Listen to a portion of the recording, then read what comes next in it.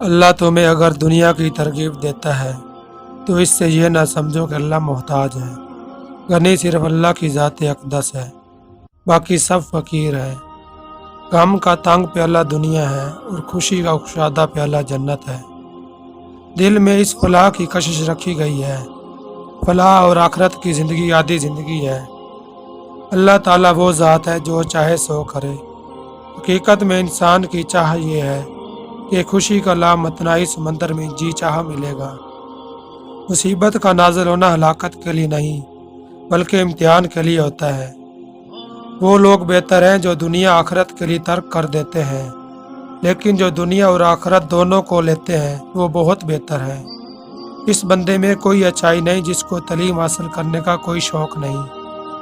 اللہ چونکہ نیکی کرنے والے بندے کو بہت پسند فرماتا ہے، اس لیے اللہ کی خوشنودی کی خاطر لوگوں کا ہمیشہ خیال رکھو، ان کے کام آؤ۔ ہمارا امیر اور غریب ہونا ہماری روح پر منحصر ہے۔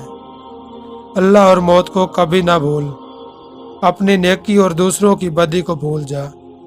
دبلے پتلے بدن والے کو روز نہار منہ دہی کے ساتھ بڑا گوشت کھلاؤ، 7 دن میں بدن ساڑھ جیسا بن جائے گا۔